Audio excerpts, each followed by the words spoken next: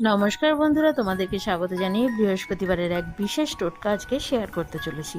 বৃহস্পতিবার দিন অর্থ লাভের জন্য এক বিশেষ উপাচার কিন্তু করা যায়। এই উপাচারটি করার জন্য একটি লাল রঙের কাপড় নেবে, তার মধ্যে 7টি গোটা লবঙ্গ নেবে এবং এক টুকরো হলুদের টুকরো নেবে। ঠিক আছে, মানে কাঁচা হলুদের যে টুকরো হয় সেই টুকরো নেবে।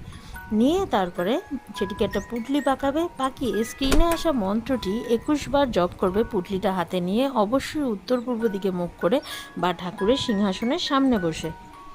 ওম শ্রীং মহালক্ষ্মী বা ওম শ্রীং লক্ষ্মীদেব্যাই নমঃ, এই মন্ত্রটা জপ করা হয়ে যাওয়ার পর নিজের যে পুঁটলিটা পাকালে সেই পুঁটলিটা ঠাকুরের চরণে কিছুক্ষণ রাখবে এবং তারপর থেকে সেই পুঁটলিটাকে নিজের বালিশের তলায় রেখে ঘুমাবে।